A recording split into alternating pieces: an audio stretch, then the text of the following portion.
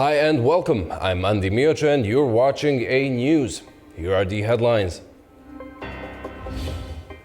Volodymyr Zelensky says he's ready to work under Donald Trump's leadership after Washington halts military aid. Serbian lawmakers throw smoke grenades in the parliament, leading to chaotic scenes. Arab summit to adopt Egypt's $53 billion proposal for Gaza's reconstruction. Thank you for tuning in. Ukrainian President Volodymyr Zelensky has shared a statement after the US announced it would pause military aid to Ukraine. In a post on X, Zelensky said that Ukraine is ready to come to the negotiating table as soon as possible to bring lasting peace closer. He added that he and his team are ready to work under US President Donald Trump's leadership. Zelensky said the first stages in ending the war could include the release of prisoners and truce in the sky and the sea immediately if Russia will do the same. He expressed regret over his angry exchange with Trump in the Oval Office, saying the meeting did not go the way it was supposed to and that it is time to make things right. Near the end, he stressed Ukraine's gratitude for previous US support. What if anything? Polish Prime Minister Donald Tusk said that border reports from Ukraine confirm US aid into the country has been paused.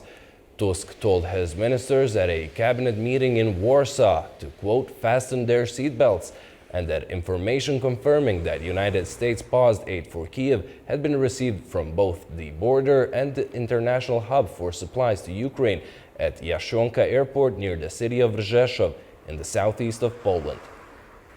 Zresztą meldunki, które napływają z granicy, z naszego hubu.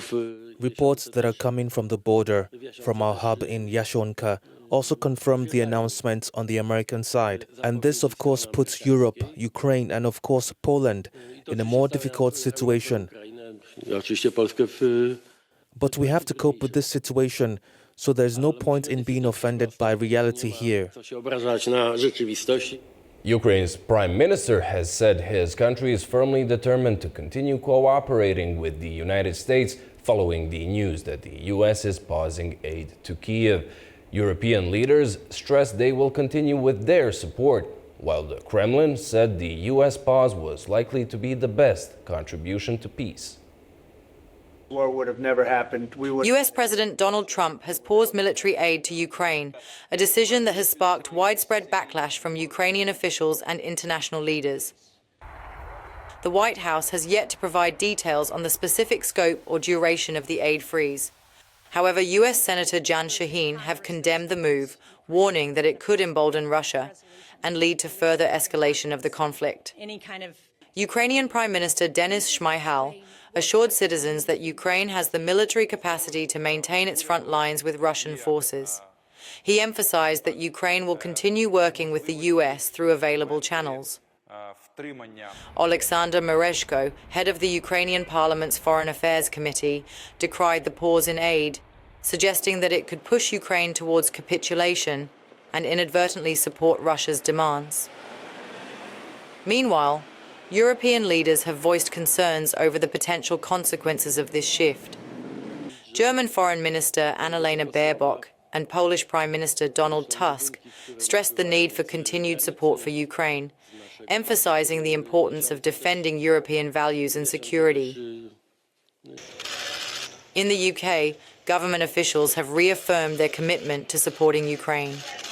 Well, the Prime Minister set out yesterday that we are absolutely focused on making sure that we get that peace and the security guarantees as part of that. He mentioned in the House that we won't be derailed or sidelined by commentary, ongoing commentary, but that we will use our relationship, our long-standing relationship with the US and our European allies to support Ukraine and President Zelensky in getting that peace deal and making sure those securities are part of that. While European leaders condemned US decision, Kremlin spokesperson Dmitry Peskov suggested that the pause in military aid can be the best contribution to the cause of peace. In Kyiv, residents have expressed frustration and fear, with some calling the decision a betrayal. Yes, it is betrayal. Let's call it the way it is. Unfortunately, history repeats itself. It is not the first time the United States acts like that. But let's hope that American civil society and elites of the European Union will not leave us alone.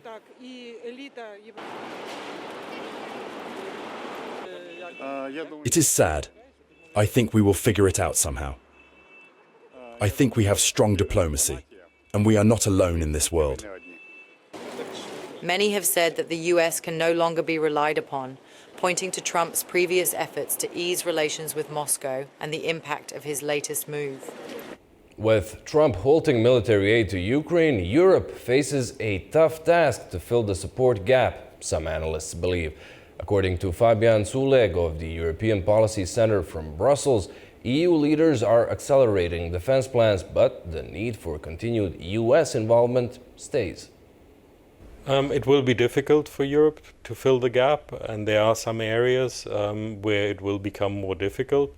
But Ukraine has shown that it can survive, that it will be willing to fight, willing to defend its existence, because this is about Russia wanting to wipe Ukraine off the map. I think the main conclusion we have to draw from the withdrawal of Trump from the alliance of Trump now with Russia is that we simply will have to do much more than we have done in the past. France and the UK are, of course, extremely important in this, not least because they have nuclear capability. They are the two countries which probably in terms of defense and security are crucial at this moment in time, but they are not enough on their own. European Commission's President Ursula von der Leyen announced a plan to rearm Europe, potentially worth 800 billion euros. Von der Leyen proposed to borrow up to 150 billion euros for pan-European defense priorities, such as air defense, missiles and drones, as part of a broader package of proposals that she said could mobilize up to 800 billion euros for European defense. EU leaders will hold initial discussions on the plan at a special summit devoted to defense and Ukraine on Thursday. We are in an era of rearmament, and Europe is ready to massively boost its defense spending, both to respond to the short-term urgency to act and to support Ukraine, but also to address the long-term need to take on more responsibility for our own European security. Donald Trump's 25% tariffs on imports from Canada and Mexico have come into effect, as well as a new 10% levy against China. In response, Beijing has vowed to fight Washington to the, quote, bitter end, announcing 15% tariffs on a range of American products. Stock markets in the US, UK, and Asia have since fallen, with analysts warning the tariffs could push up prices for American households and have a knock-on effect on consumers around the world. Canada is imposing 25% tariffs on 30 billion Canadian dollars worth of US imports with immediate effect. Country's Prime Minister Justin Trudeau made the announcement just hours after Donald Trump slapped 25% tariffs on imports from Mexico and Canada. Trudeau said that the tariffs will be expanded and called out the U.S. for starting a trade war with a friend, while working positively with Russia and appeasing Vladimir Putin. The U.S. tariffs came into effect in the early hours of this morning, and so did the Canadian response. Canada will be implementing 25% tariffs against $155 billion worth of American goods, starting with tariffs on $30 billion worth of goods immediately, and tariffs on the remaining $125 billion of American products in 21 days' time. Mexican President Claudia Sheinbaum confirmed that retaliatory tariffs will be introduced, with further details to be revealed during a public event in Mexico City. Mexico is closely monitoring recent US tariff hikes and has assured the public that contingency plans are in place. Officials confirmed that discussions with the US are ongoing, with a focus on the potential impact of these measures on regional trade stability. In response to the US imposing a 25% tariff, Mexican President Claudia Sheinbaum announced on Tuesday that Mexico would retaliate with tariffs on US goods. The targeted products will be disclosed during a public event in Mexico City's Central Plaza on Sunday. Sheinbaum criticized the US decision, emphasizing that there is no valid reason or justification for the tariff increase, which would negatively affect both nations. While Mexico is adopting a firm stance, there may also be efforts to de-escalate the trade dispute with President Donald Trump. Market analysts are closely monitoring the situation, with attention on the potential effects on bilateral trade. Economists warned that the tariffs Washington imposed on Ottawa and Mexico City could deal serious harm to the North American economy, while some in the US and Canada find them frustrating and scary. US President Donald Trump announced that 25% tariffs on imports from Mexico and Canada will take effect starting Tuesday. This statement heightened concerns about a potential trade war in North America and caused turmoil in financial markets. Trump's remarks on Monday triggered a sharp decline in US stocks during late afternoon trading, while the Mexican peso and Canadian dollar also weakened in response. He said efforts to stop the tariffs by tackling fentanyl inflows had failed. It's honestly kind of insane. Both countries profit so much from each other. We're at Peace Arch Park where the sign says, may these gates never be closed again. We shouldn't be doing this again. We signed, we're partners. It's very frustrating because it's not a logical thing. It's really not. I think it speaks to a larger issue that it is starting a trade war, and it's starting a race war, and it's starting a gender war. I mean, there's a lot of things at stake right now, and I don't think people are grasping how scary and how bad it's getting. Business leaders and economists warn that tariffs on Canadian and Mexican goods worth over $900 billion a year could seriously harm North America's economy. The Trump administration confirmed in Federal Register notices that the tariffs take effect from 12:01 a.m. Eastern Standard Time on Tuesday. At that time, US Customs and Border Protection will start collecting a 25% tariff on goods from Canada and Mexico, with an additional 10% duty specifically on Canadian energy exports. Now over to Serbia, where at least 3 members of parliament have been injured after opposition members threw smoke grenades during a chaotic session inside the country's parliament. Politicians were seen on live television clashing with security and launching tear gas in an apparent show of support for student protesters. Demonstrations sparked by a railway station roof collapse that killed 15 people 4 months ago have morphed into a wider movement that poses the biggest threat yet to the Serbian government. Another protest was held in front of the building while the parliament was in session.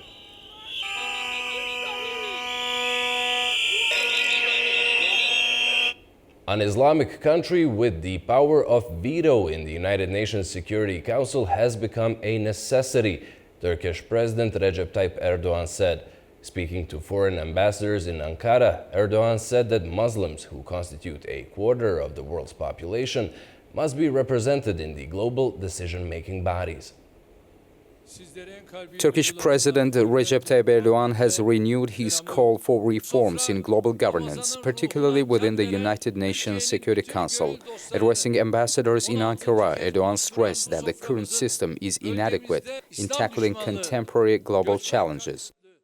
Birleşmiş Milletler Güvenlik Konseyi'nde veto yetkisine sahip bir İslam ülkesinin bulunması The presence of an Islamic country with veto power in the UN Security Council is no longer just a need, it has become a necessity. The 5 permanent members of the United Nations Security Council consolidate power rather than ensuring a fair distribution of global influence. These nations prioritize power accumulation over justice, trying to suppress issues instead of resolving them. Resisting this wave of change will only exacerbate our problems in both scale and number. Sorunlarımızın hem sayısı hem de ölçeği büyümeye devam edecektir. Erdogan linked ongoing political and economic instability to deep-rooted systemic failures. He argued that global governance is in crisis, citing issues such as Islamophobia, xenophobia, trade wars, and territorial conflicts as symptoms of an unjust world order. He also warned of rising racial discrimination, terrorism, and far-right extremism, stating that if these issues go unchecked, they will lead to greater political and military instability. On regional matters, Erdogan reaffirmed Turkey's commitment to peace and stability. He addressed tensions in Syria, vowing that Turkey would not allow external actors to exploit ethnic and religious divisions for geopolitical gain. Additionally, he emphasized Turkey's role in promoting prosperity and stability in the South Caucasus. As Turkey continues to normalize relations with Armenia, Erdogan expressed hope that a lasting peace agreement between Azerbaijan and Armenia would soon be reached. UN's nuclear watchdog urged Iran to take action regarding what it says is its rapidly expanding uranium stockpile. They stressed the need for, quote, real answers to address growing international concerns. The International Atomic Energy Agency is urging Iran to engage as soon as possible over its expanding stockpile of enriched uranium, which has reached concerning levels. IAEA Director General Rafael Grossi says the time for discussions about processes is over. He's urging Iran to provide clear answers. He's concerned over the continued expansion of Iran's nuclear capabilities, pointing out that Iran is actively enhancing its nuclear infrastructure across various facilities. So we need to engage as soon as possible because time is passing. You have seen my reports on the activities in Iran, the amount of enriched uranium at 60% is growing very, very fast. All of the activities are being carried out. All the strengthening of their capacities is underway.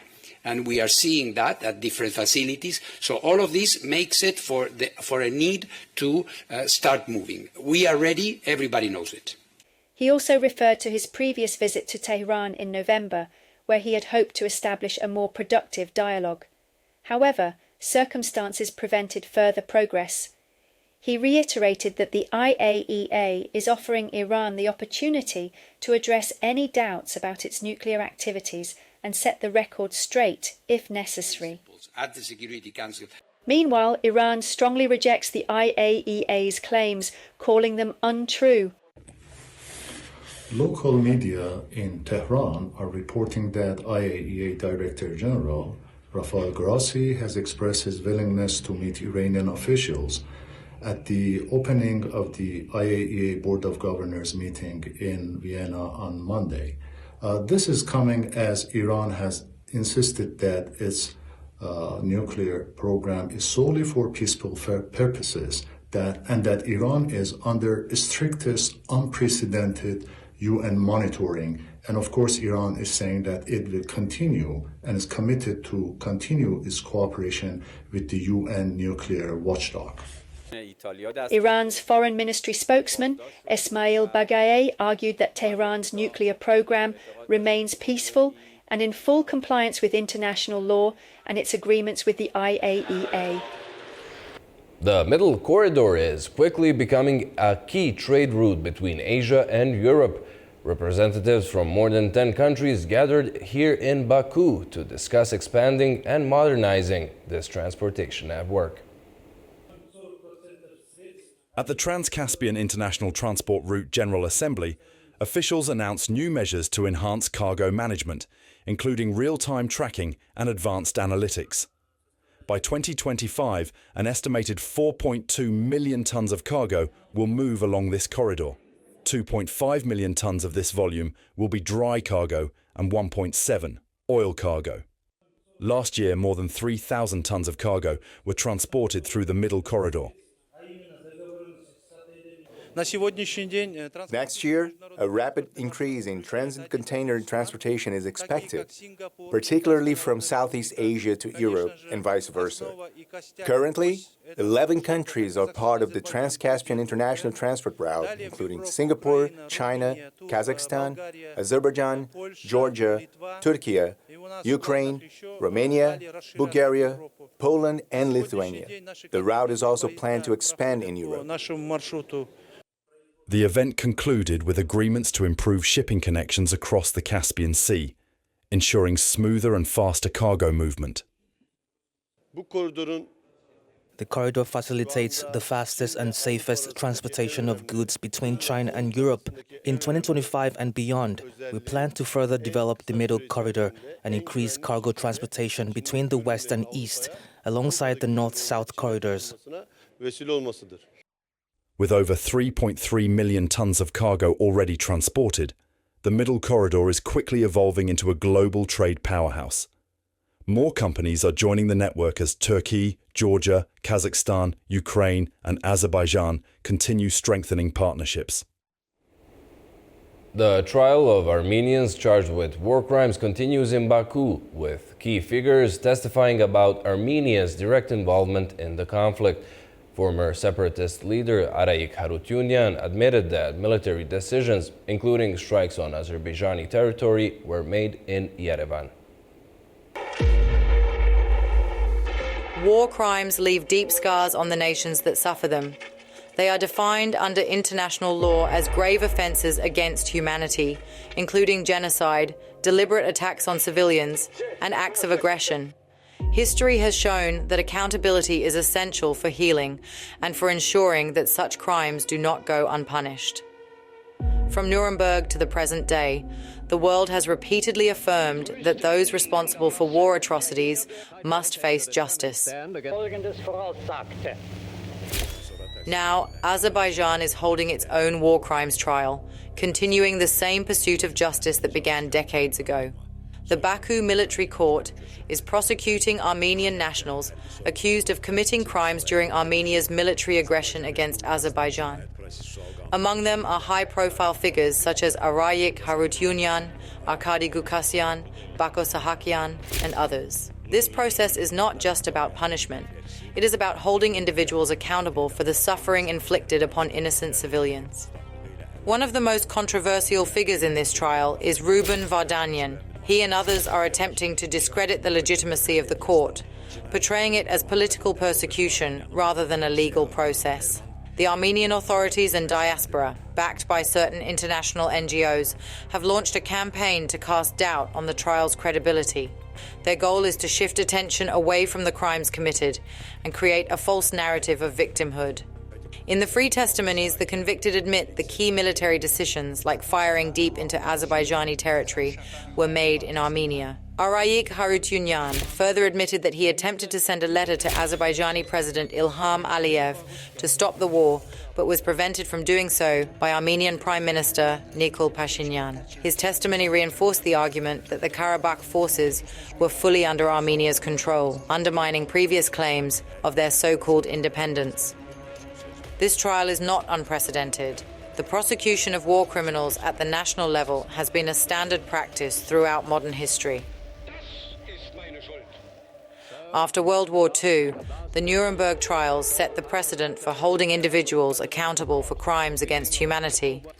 The International Criminal Tribunal for the former Yugoslavia reinforced this principle decades later, prosecuting those responsible for atrocities in the Balkans.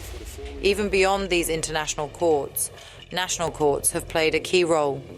German and Japanese war criminals were tried in national courts worldwide, and Adolf Eichmann, a key architect of the Holocaust, was captured and brought to trial in Israel. Justice in these cases was not about political retribution. It was about ensuring that war criminals did not escape accountability. The Baku trial is a continuation of this legacy. It is a legal and moral duty to hold those responsible for war crimes accountable, regardless of nationality or political pressure. The court is not only delivering justice for the past, but also setting a precedent for the future, sending a message that war crimes will not be forgotten. and most importantly, emphasizing that the world must not allow war criminals to escape responsibility. The Navier-Stokes equations, among the most complex problems in mathematics, have long baffled experts. Equations which describe the motion of fluids are fundamental to numerous areas of science and engineering. Now, Professor Kamal Sultanov from Azerbaijan claims to have solved a key aspect of this enduring puzzle. For nearly 2 centuries, the Navier-Stokes equations have stood as one of the most formidable challenges in mathematics. These equations, which describe the motion of fluids, from water to air, underpin many scientific and engineering disciplines. Despite their significance, a complete solution has remained elusive, earning them a place among the 7 Millennium Prize problems identified by the Clay Mathematics Institute, with a $1 million reward for a definitive solution. The difficulty lies in the chaotic and turbulent nature of fluid flow, where even minor changes can lead to unpredictable outcomes, a phenomenon evident in weather patterns, ocean currents, and aerodynamics. Professor Kamal Sultanov, a scientist and author of over 120 scientific papers, currently based in Turkey. Sultanov has made a bold claim.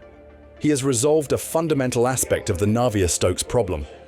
His research focuses on the uniqueness of weak solutions, addressing a question that has remained unanswered for nearly a century. What is the next challenge for you? You have already achieved quite a lot, but the life is long and you have ambitions. What is the next challenge for you? Before I began working on Navier-Stokes around 1985, I proved that when it comes to fixed-point theorems, these are usually proven using the Cassiopouli-Panache approach, which requires sufficient smoothness of the operator. At that time, when I was in Moscow at the Steklov Institute, there was a group working on the uniqueness of solutions to the Navier-Stokes equations. I've been working on this issue for over 40 years. I resolved this problem definitively in 2015.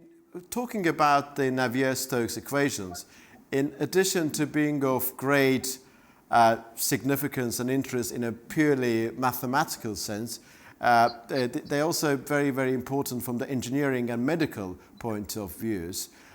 They may be used to model the weather, ocean currents and water flow in a pipe, and also there's an application for the aircraft and cars, the study of blood flow. What are some other applications of your scientific activities which could, you think, that benefit humanity at large?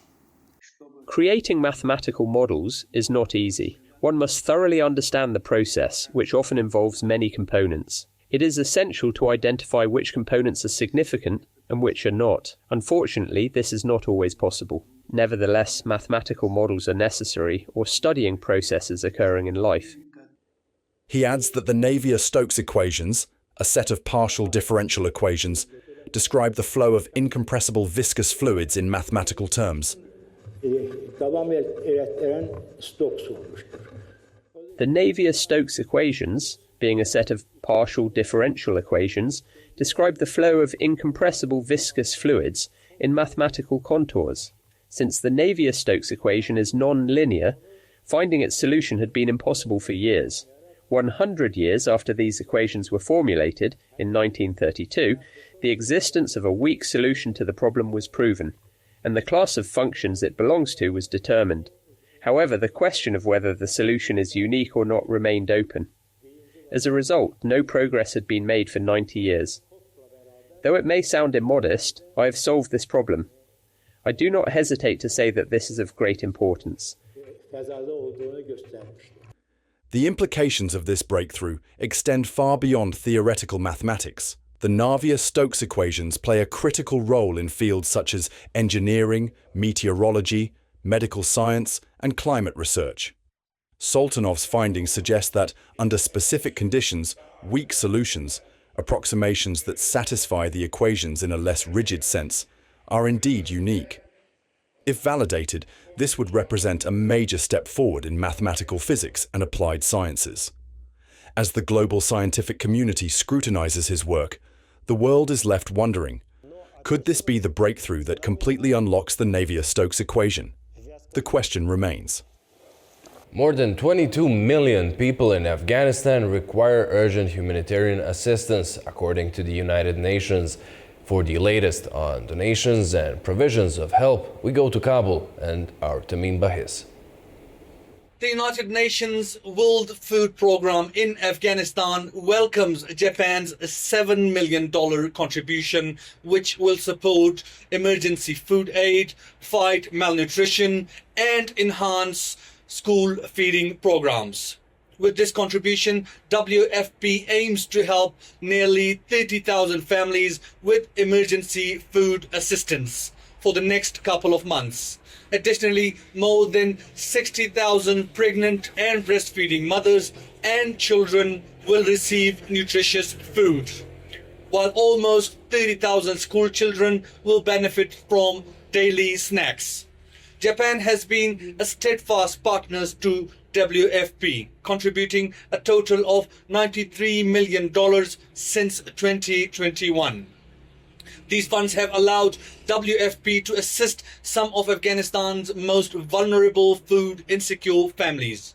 Meanwhile, the United Nations Children's Fund has warned that this year around 22.9 million people in Afghanistan, including 12 million children, will need urgent humanitarian aid. UNICEF highlights that severe climate change has triggered a nationwide water crisis impacting all parts of the country. This has created new challenges in food, health, and nutrition, leaving millions at risk. In response, UNICEF is calling for $1.2 billion this year to provide life-saving aid and help build the resilience of 19 million people in Afghanistan, including children. The situation in Afghanistan remains dire, and international support is more critical than ever to address the growing humanitarian needs of the country's most vulnerable populations. Tamim Bahis for A News in Kabul, Afghanistan.